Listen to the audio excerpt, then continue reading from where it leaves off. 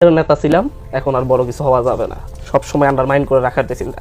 ঢাকা বিশ্ববিদ্যালয় থেকে অভ্যুত্থান হওয়ার ১.৫ বছর আগে ২৬ জন কমিটির ছাত্র অধিকার পরিষদের প্রত্যেকে পদত্যাগ করেছে। কেন পদত্যাগ করেছে পত্রিকা পড়ে দেখেন।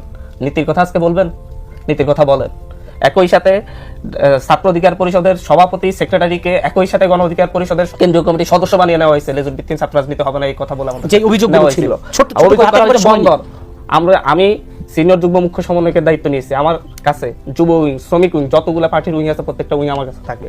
এই উইংগুলোর ক্ষেত্রে আমি বন্দরে ৫০০ জনের আমাদের শ্রমিক কমিটি দেওয়া হয়েছে। আমাদের যে শ্রমিক কমিটি হচ্ছে প্রত্যেকটা জায়গায়, আমাদের রিক্সাওয়ালাদের কমিটি আছে। ঢাকা শহরে আমাদের ৩০০ জনের রিক্সাওয়ালা কমিটি আছে, আমাদের ভ্যানওয়ালাদের কমিটি আছে। সুতরাং মানে ঢাকা শহরে পুরো ভ্যানটা আমি নিয়ন্ত্রণ করি, পুরো রিক্সাটা। এটা যে বুঝে না নূর ভাইয়েরা তা না, বুঝে, কিন্তু আপনাকে বিতর্কিত করতে হবে। আমি আজকে এখানে বলি, অভ্যুত্থানের ৭ মাসে আমি সচিবালয়ে কয়বার গিয়ে কয়জন উপদেষ্টার সাথে কথা বলেছি বা কয়জন বাসায় গিয়েছি, আর নূর ভাইয়েরা এবং তাদের প্রত্যেকটা একটা এমনকি কলেজের আহ্বায়ক কয়বার গিয়েছে সেটা একটা হিসাব করো, সিসিটিভি ক্যামেরা দেখে গিয়েছে। তাহলে বোঝা যাবে যে এই সরকারকে কয়ভাবে কে বিক্রি করতেছে। আমি স্পষ্টত বলতেছি, আমরা আমাদের জায়গা থেকে, আমি হান্নান মাসুদ এখানে স্পষ্ট ঘোষণা করতেছি, আমি আমার জায়গা থেকে ন্যূনতম কোথাও ২ নম্বর সুবিধা নেই। দেখা যাচ্ছে যে হচ্ছে বিতর্কিত করার জন্য, নিজেদের অপরাধ দেখার জন্য অন্যদের